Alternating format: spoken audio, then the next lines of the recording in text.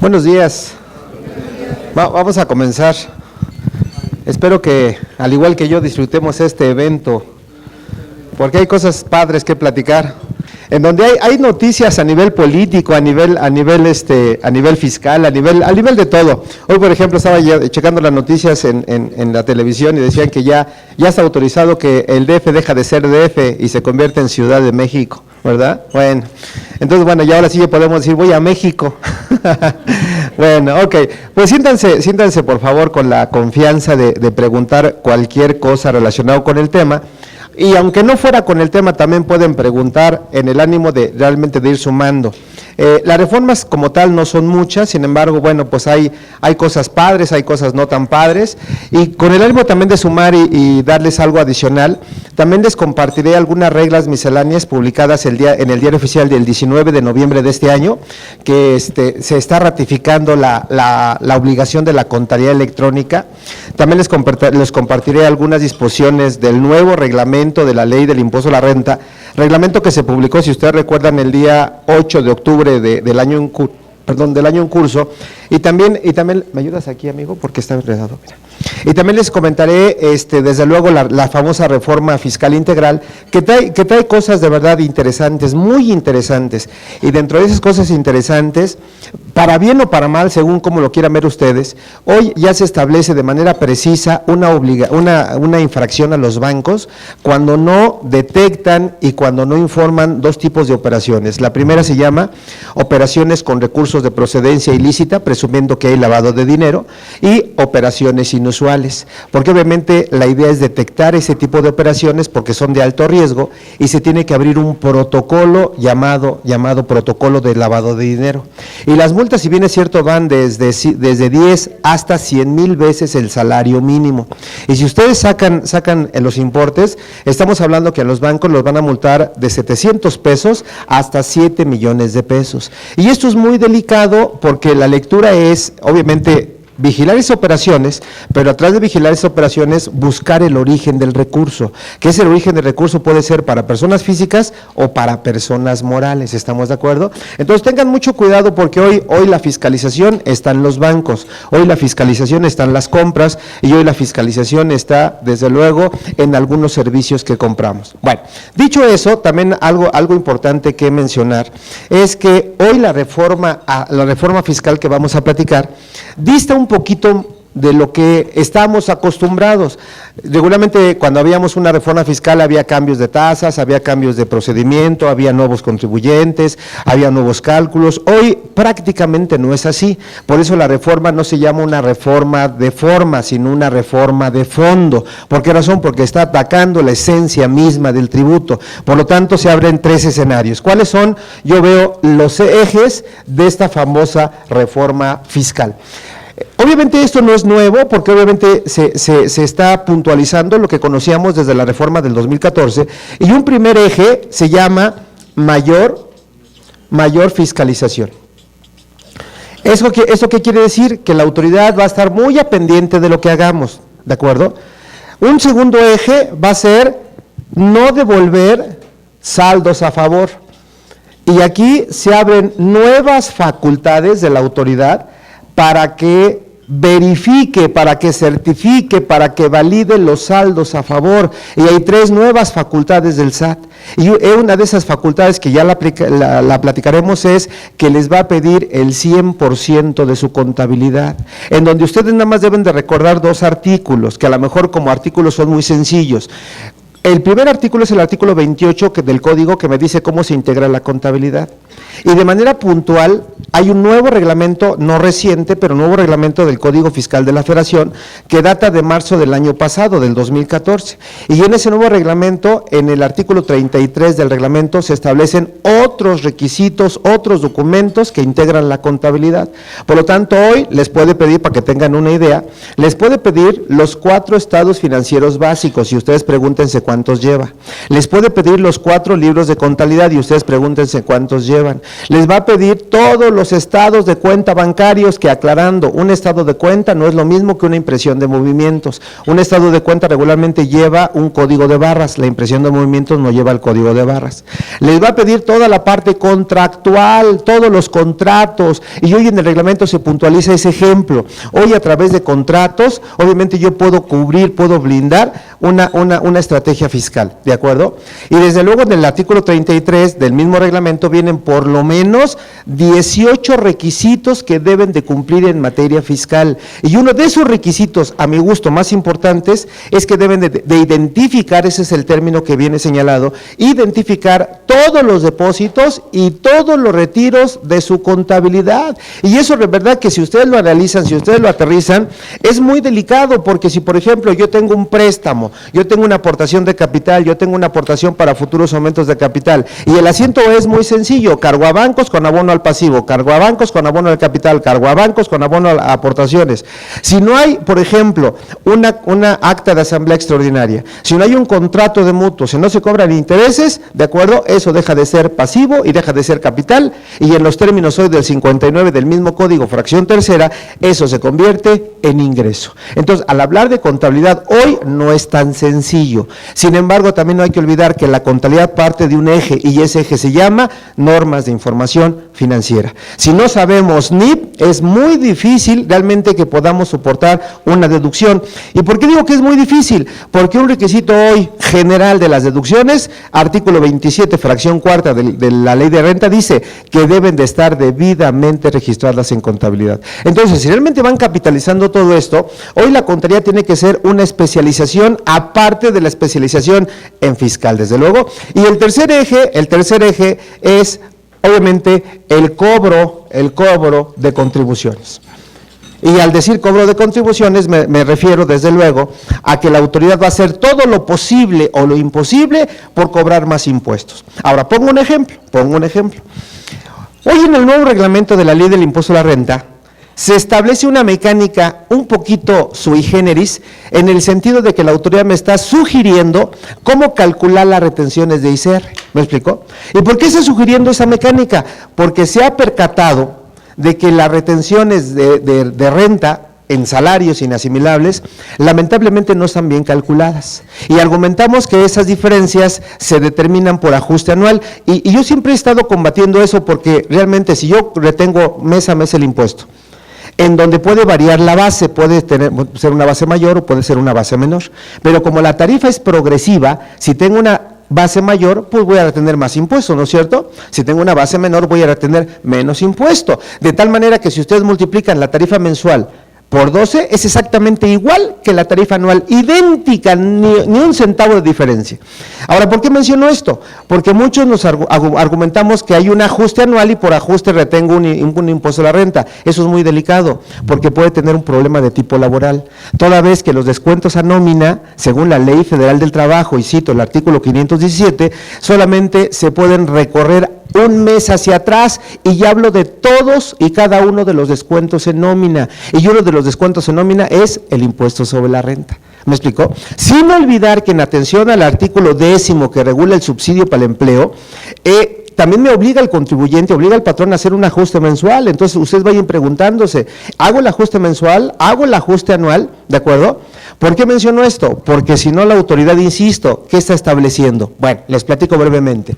Me dice que yo haga un papel de trabajo para el cálculo de retenciones, donde anualice todos los ingresos que va a percibir el trabajador, todos. Van a poner una cédula de trabajo que van a poner salario, aguinaldo, vacaciones, prima vacacional, tiempo extra, algunos premios, algunos incentivos, previsión social, o sea, todo lo van a vaciar. Tipo salario base de cotización seguro social, porque así lo hacemos, ¿no es cierto? Hoy empieza a trabajar el trabajador y sacamos un salario integrado, que es lo que va a cobrar en el año que estamos trabajando. Bueno, me dice su segundo punto, quítale la parte exenta, que hay muy poquitos ingresos exentos, artículo 93, aguinaldo exento, prima vacacional exenta, horas extras exentas, etcétera. Y me da un ingreso grabado anualizado, ¿estamos de acuerdo? Me dice el reglamento, divide ese ingreso anual grabado entre 12, y sobre lo que te resulte, aplica la tarifa del artículo 96, y es donde viene realmente la reflexión o el riesgo. Estamos sobre esa mecánica calculando una base mayor de ICR y sobre esa base mayor retén el impuesto.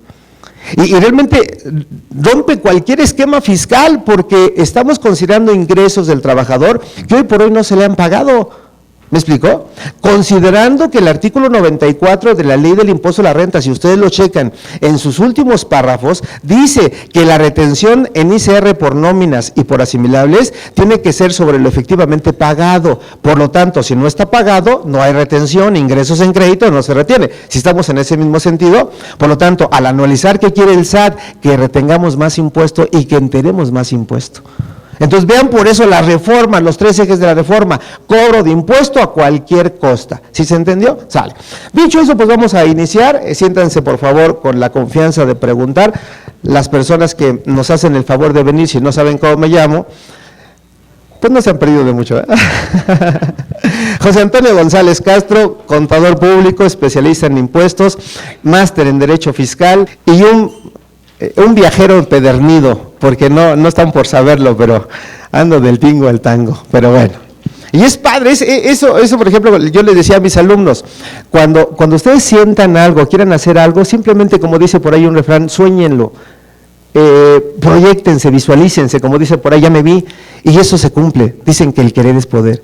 Yo no tengo por qué decirles cosas diferentes, pero yo siempre soñé dar una conferencia, dar clases, viajar, conocer gentes, conocer comidas, conocer lugares, y gracias a Dios se ha dado. Y es padre, ¿no? Y aparte de eso les pagan, entonces imagínense qué más puedo pedir, y les pagan bien. Bueno, los que saben cobrar, los que no saben cobrar, bueno. Ok, reformas fiscales 2016, diario oficial del 18 de noviembre del 2015, ahí salieron publicadas, ¿de acuerdo? Esto dista un poquito de su material porque lo saqué, o no sé si ya, sí le cambiaron la reflexión, porque me pareció interesante. Le cambié la reflexión por una razón, que finalmente reflexión no tiene mayor sentido. Eso lo saqué de un artículo que se va a publicar en una revista del grupo y va de la mano con la parte del dictamen, y voy a sacar algunos comentarios. Vean, dice: el dictamen o informe del contador público independiente es el documento mediante el cual expresa su opinión. Creo que hasta ahí no hay ningún problema. Sale. ¿Cuál tipo de opinión? Pone un ejemplo, es el autor, puede ser con o sin salvedades, o en su caso metiendo una opinión negativa, ¿de acuerdo? O una abstención de opinión, o una opinión limpia, agrego. Referente a los estados financieros de una entidad que presentan de manera razonable adecuada a la situación financiera. Bueno, acá hay 2 puntos. No hay que perder de vista que todos los contadores, y en particular el auditor, nunca da algo por cierto, siempre da una opinión. Y esa opinión tiene que ser razonable. Y esto no lo dice José Antonio, no lo dice la ley fiscal, lo dice la norma de información financiera, y vean dónde empiezan los problemas. La NIF dice en la NIF A1, párrafo 62, que para que sea una opinión razonable, se deben de aplicar todas las normas de información financiera, todas, porque ahí no dice aplica una o a otra no. Entonces, ¿dónde viene una crítica constructiva? Que si yo hago un dictamen y le pongo que mi opinión es razonable, y luego le pongo una coma, le digo, salvo que no aplica el D4, por ejemplo, que son los impuestos a la utilidad, antes conocidos como diferidos, que no aplico el C15, que es el deterioro de activos fijos de larga duración, que no aplico el C6, que es precisamente el registro de los activos fijos, y de verdad que no aplicamos esa última NIF. ¿Por qué razón? Porque regularmente no tenemos una política contable. Todo lo que compremos de activos lo mandamos al activo fijo y lo depreciamos cuando hay un requisito básico. Para que sea un activo debe de generar un beneficio económico futuro. No hay beneficio económico futuro, sorpresa, deja de ser activo. Vean, y se va al gasto. ¿Quién hace ese estudio? ¿Quién hace esa valoración? ¿Me expliqué? Otro ejemplo. Regularmente hay activos que se llaman de larga duración, ¿de acuerdo? Por ejemplo, las grandes empresas, y dentro de esas grandes empresas, ayer tuve una cita interesantísima, hay un negocio muy parecido al Oxxo, y no quiero hacer publicidad, en la parte de todo lo que es el norte de la Ciudad de México. Entonces estamos haciendo una valoración de activos intangibles, vean, y les decía, algo para que sea un activo intangible es precisamente que genere beneficios a la empresa. ¿Y cuál puede ser un beneficio? Que incremente las ventas, que disminuya costos y gastos. ¿Me explicó? De lo contrario, un activo intangible, aunque yo pueda hacer un estudio y le pueda asignar un valor, lógicamente le debo de aplicar el deterioro. ¿Qué quiere decir esto? Que si hoy lo reconozco y mañana no tiene efectos, no me da un beneficio, a partir del deterioro, ese activo intangible lo puedo llevar a resultados el 100%. Y así los activos fijos. ¿Me explicó? ¿Cuántas veces no hemos rentado un inmueble y en ese inmueble decimos, le voy a hacer unas adecuaciones, reparaciones, no mantenimiento? ¿Me explicó?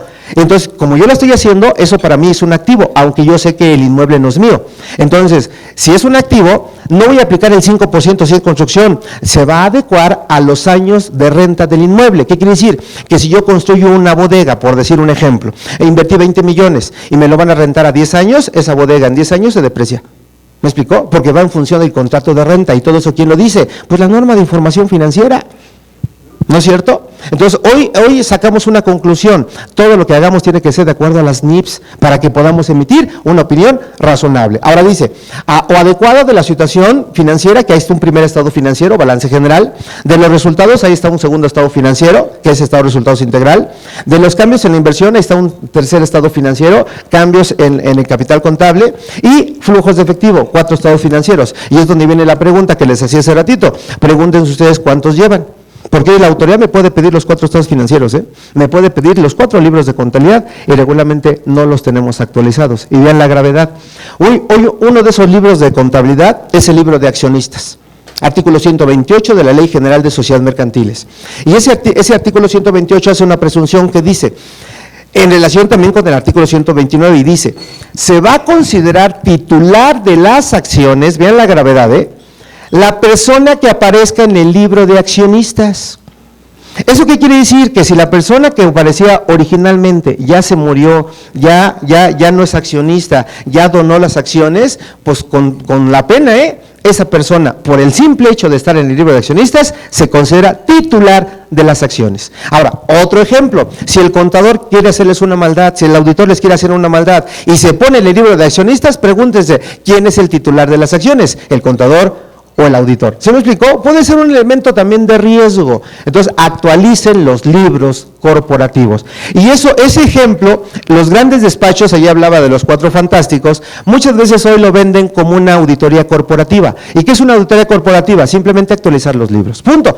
Y cobran y saben cobrar, eso sí, saben cobrar porque cobran en dólares. Bueno, ok, vamos a platicar de lo que es la Ley de Ingresos de la Federación, estímulos fiscales, adecuaciones a renta, a la ley del IEPS y al Código Fiscal de la Federación. Vean también la gravedad y vamos a empezar un poquito con cuestiones fuertes para que despertemos todos. Una cuestión fuerte, y yo se los dije muchas veces, cuiden la parte de la contabilidad electrónica. Porque hoy, insisto, en la resolución miscelánea del 19 de noviembre, ya se está patentando, se está ratificando la obligación de llevar contabilidad electrónica, ¿de acuerdo? Inclusive, aunque el SAT se ha pronunciado que puede dar cierta canonjía en cuestión de diferir, al igual que este año, algunos meses para presentarla, hoy la obligación nace para todos en el 2016, para todos, porque unos ya estamos en el 2015, y los que faltan están en el 2016, todos los que faltan, ¿me explicó? Sin embargo, ¿por qué menciono esto? Porque ¿dónde está la pericia del contador? La regla, y apúntenla por favor, la regla 2816 de la resolución miscelánea menciona que ustedes van a llevar su contabilidad a nivel mayor y a primer nivel, ¿no es cierto? Ahora, ¿por qué menciono el ejemplo? Y dejen tomar tantito té porque se me reseca el negocio.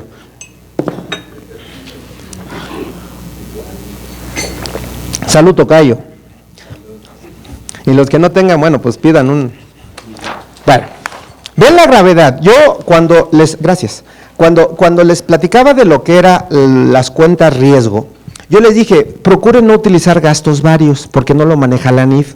Procuren no utilizar deudores diversos, porque puede ser dividendo ficto. Cuiden el costo de ventas, porque la autoridad puede decir que están simulando la base. ¿De acuerdo? ¿Por qué? Porque jugamos con los conceptos. Entonces, vean la diferencia. Si ustedes ubican el código agrupador del SAT, regularmente en la cuenta de deudores diversos, que es una cuenta a nivel mayor, ¿están de acuerdo?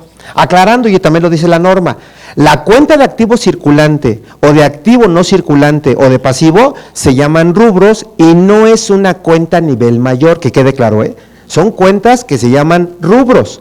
Entonces la autoridad no quiere el rubro, quiere la cuenta a nivel mayor. En ejemplo, deudores diversos es a nivel mayor, ¿no es cierto? Y si le pongo aquí subcuenta socios o accionistas, esa es una cuenta a primer nivel, ¿estamos de acuerdo? Ahora, ¿por qué pongo esto? Porque la autoridad, de manera muy puntual, tiene un código agrupador para deudores diversos. Y si ustedes llenan esa cuenta, es muy probable que aplique un procedimiento que se llama revisiones electrónicas, que está dentro de las facultades de la autoridad, concretamente en su artículo 42 del código. Y al ser revisiones electrónicas, ya no va a ir a revisarles todo, ya va a ir con una etiqueta y va a ir a revisar deudores diversos. Y el artículo 140 de renta dice que para que realmente no se considere como dividendo ficto, primero debe de haber un contrato y cobrar intereses. Debe de estar relacionado con el giro de la empresa, ¿de acuerdo? Debe de ser un tiempo no mayor a un año, y hay otro requisito, y dice que efectivamente se cumplan los 3 anteriores. Por lo tanto, si ustedes tienen una operación, no hay contrato, no cobran intereses, ya tiene mayor de un año, ¿me explicó? Deja de ser deudor diverso y se convierte en dividendo ficto. Entonces, ¿por qué el comentario? Regálame un segundo. ¿Por qué el comentario? Porque hoy, acércale el micrófono, por favor. Porque hoy esa regla que yo mencioné, la 2816, sorpresa, dice que si su sistema contable, y es bronca de ustedes, si su sistema contable no permite desglosar a primer nivel las cuentas, ¿qué dice esa regla? Pueden subir su contabilidad, escuchen, a nivel mayor. ¿Y con eso qué estamos haciendo? No darle elementos a quién, a la autoridad. Sí, no sé si soy claro en mi comentario. Entonces, eso es bronca de ustedes, esa es decisión de ustedes, del contribuyente, porque si desglosan todo, pues les van a poner la mesa servida a la autoridad y va a ir con dedicatoria y va a revisar esta cuenta, y ¿cuál es la filosofía? Cobrar más impuestos. O sea, vean cómo se están dando las cosas, ¿eh? Sale, pregunta, amigo, ahora sí. David, ¿te llamas? Julio.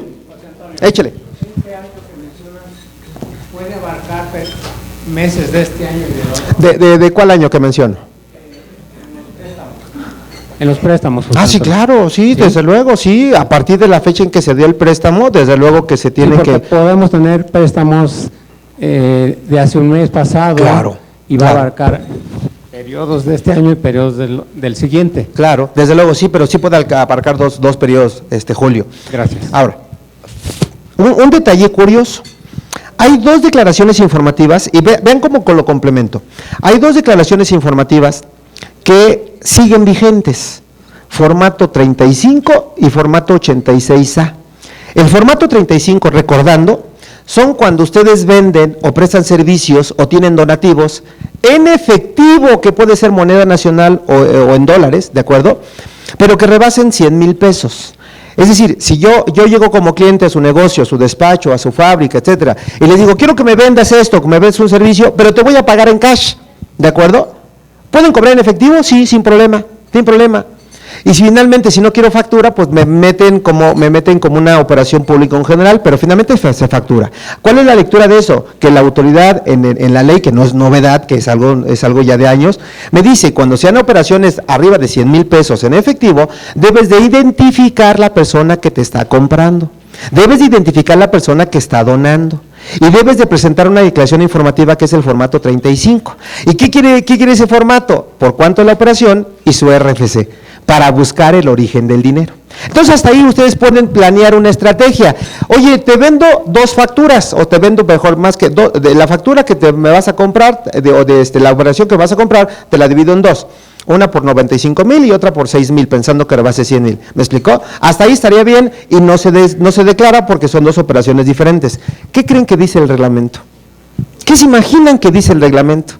Fácil, dice, cuando tengas varias operaciones y un mismo contribuyente, ve sumando las operaciones y cuando rebase 100,000 pesos, ¿qué van a hacer? Presentar la informativa. O sea, vean cómo la intención es ir fiscalizando al contribuyente, sin perder de vista que el reglamento no puede ir más allá del texto de ley. Y aquí está yendo más allá, porque yo puedo decirles que son 2 operaciones, ¿no es cierto? Una por 95,000 y otra por 6,000, por lo tanto no informo. Y dice el reglamento, no, discúlpame, es el mismo cliente, suma las operaciones y cuando lo hace 100,000, infórmalo, identifícalo. ¿Me expliqué? Y lo mismo con los socios. Cuando el socio presta dinero, cuando el socio aporta capital o cuando el socio aporta futuros aumentos de capital, ¿qué dice también la ley? Que nosotros tenemos que presentar informativa cuando la operación sea en efectivo arriba de 600,000 pesos. ¿Me explicó? Entonces, si yo le presto hoy 300,000 y mañana 400,000, son 2 operaciones diferentes, no informo. ¿Qué dice el reglamento? Lo mismo. suma las operaciones desde la primera, en el caso que pregunta Julio, y cuando rebase 600,000 en efectivo, sorpresa, informa. Entonces vean que hoy tenemos que cuidar qué dice la ley, qué dice el reglamento, y si presento no informativas, ¿me expliqué? Y con el ánimo de ¿qué? De fiscalizar ¿qué? El origen del dinero. Entonces, moraleja, procuren no utilizar dinero en efectivo, punto. ¿Sale? Bien. Entonces, para que vean de qué se trata el negocio, y hoy la intención es fregar al contribuyente, pero bueno. Ok. Entonces, una reforma al código, y lo saqué, ¿por qué razón? Porque yo toda la vida les dije, jóvenes, no se preocupen hoy si no suben la contabilidad, porque no hay multa, se los dije. Pero hoy, ¿qué creen que viene? Reforma al artículo 81 y reforma al artículo 82 del código. Multa por no subir la contabilidad electrónica. Y la multa va a ser de 5 a 15 mil pesos por cada mes. ¿Me explicó? ¿Cuántos meses son? 13 de enero a diciembre y el del ajuste, ¿no es cierto? Y aparte las pólizas que también tiene que ser digital, y aparte ¿cómo se llama? La balanza, y me falta uno, el catálogo, gracias. Entonces vayan sumándole y finalmente pueden ser multas interesantes. Pero la pregunta de eso sería, oye, espérame, ¿y qué pasaría si me requiere la autoridad el mes de enero del 2015, pero me lo requiere en enero del 2016? Estamos jugando con 2 años, 2015 hoy no hay multa. Hoy viene la autoridad y múltame y pues yo me río, ¿verdad? Pues a ver, cóbrame. Pero entra en vigencia esa reforma en 2016. Y la pregunta un poquito capciosa, ¿me puede multar en 2016 de contabilidad que no he subido del 2015? Piénsenle. Cuando yo di clases de fiscal, tú fuiste mi alumno, ¿no es cierto? Tú fuiste mi alumno. ¿En la ESCA? En la ESCA, gloriosa ESCA. Sale. Cuando yo daba clase de fiscal, porque ya no doy clase de fiscal, yo doy clase de macramé. De plastilina 3, exactamente. Cuando yo daba clase de fiscal, les decía a mis alumnos, hay 2 tipos de normas en materia fiscal, las normas llamadas sustantivas y las normas de procedimiento. La norma sustantiva es cuando afectamos los elementos de la contribución, sujeto, objeto, base, tasa o tarifa, la cual no puede ser retroactiva en perjuicio de persona alguna, artículo 14 de la Constitución, ¿estamos de acuerdo? Pero las normas de procedimiento, dice el artículo 6 del Código en su segundo párrafo, dice, vamos a aplicar las que se encuentren vigentes, y esto entra en vigencia el 1 de enero, por lo tanto, puede tener la sorpresa que la autoridad, si no han subido su contabilidad de ahorita, las puedo multar, porque es una norma de procedimiento, no está afectando sujeto, objeto, base, tasa o tarifa. ¿Estamos de acuerdo? No afecta nada de eso, pero ¿qué afecta? La obligación per se de no subir la contabilidad, que eso es procedimiento. Vean, entonces sí los puede multar la autoridad. Entonces, insisto, la autoridad hoy va con todo. ¿De acuerdo? Entonces, ahí vayan sacando sus conclusiones. Ahí les compartí una reforma. Sale. De lo que vamos a platicar, y nada más se los enuncio, porque aquí está la reforma real de ICR, ¿de acuerdo? Primer punto me dice, hay 3 cambios en la parte de deducciones personales. 3 cambios. El primer cambio, que lo veremos con un ejercicio, es que el tope, si ustedes recuerdan, hay un tope, que son 4 salarios mínimos o 10% de los ingresos. Hoy el tope sube de 4 a 5 salarios mínimos y el tope sube de 10 a 15% de los ingresos totales. Primer cambio. Segundo cambio, ustedes recordarán, o si no lo comento, hay un estímulo fiscal del artículo 185, que pueden abrir cuentas especiales de ahorro, por decir un ejemplo. Esas cuentas especiales de ahorro tienen una lectura que se tiene que hacer ante una institución de crédito, donde el contrato que firmen debe decir textualmente, se hace en función del artículo 185 de renta, en donde la empresa del sistema financiero va a guardar su dinero por un plazo mínimo de 5 años, o sea, pueden meter dinero pero no pueden sacar, por eso se llama cuenta especial de ahorro. ¿Y cuánto pueden meter al año? Hasta 152,000 pesos. Ese estímulo fiscal hoy 2015 está topado, según lo que mencionaba hace un minuto, para el 2016, como ya tiene un tope en sí mismo, se abre y es deducible al 100%. No sé si soy claro. Entonces, tengo, por un lado, deducciones personales, sin considerar el estímulo fiscal, que está topado, más el estímulo fiscal, que son 152,000 pesos. ¿Sí me expliqué? Y con otra, las personas que tengan una incapacidad o discapacidad de más del 50% de su capacidad normal, pueden deducir el 100% de sus deducciones personales. Pero con ese requisito, que su capacidad o discapacidad represente por lo menos el 50% de su capacidad normal. Tuvo un riesgo, tuvo un accidente, ¿me explicó? Entonces, limitan mi capacidad, eso implica que gastos médicos, dentales, hospitalarios, enfermeras, medicinas y demás sean deducibles en su totalidad, pero debo tener un certificado de incapacidad por el Seguro Social, por el ISSSTE o por cualquier institución de salud pública, cualquiera, no necesariamente esos dos, pero que certifique que tengo esa incapacidad, insisto, del 50% o más. Perdón, el certificado así dice, 50% de incapacidad, así lo menciona. Tiene que decir o más, sale. Los comprobantes se pueden considerar si es un familiar directo del contribuyente. En este caso, la mamá de un contribuyente pueden ser deducibles.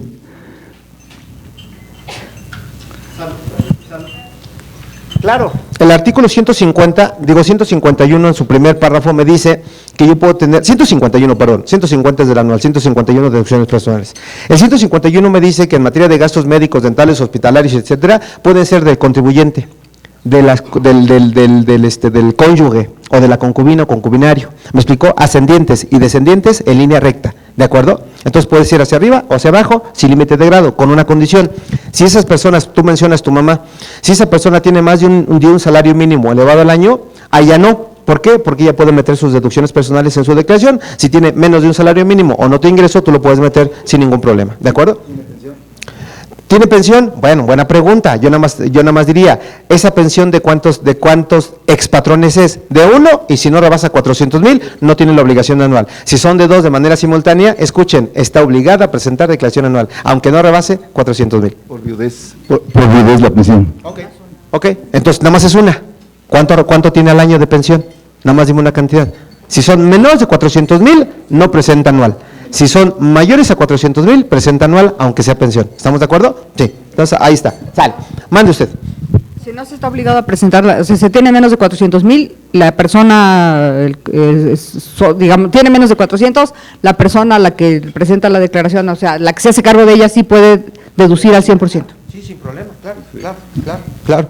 Y también no olviden que también eso no ha cambiado, pero nada más lo comento, los donativos entre ascendientes y descendientes en línea recta son exentos al 100%. Yo le puedo donar a mi mamá, a mi papá, 1 millón, 2 millones, 50 millones, lo que sea, es exento. Lo único que está obligado es a presentar una declaración informativa. Recuerden el declaración que dice datos informativos obligatorios, y viene donativos, viene préstamos, viene herencias, viene legados, viene casa habitación. ¿Sí me explicó? Lo único que tiene que hacer es presentar una informativa.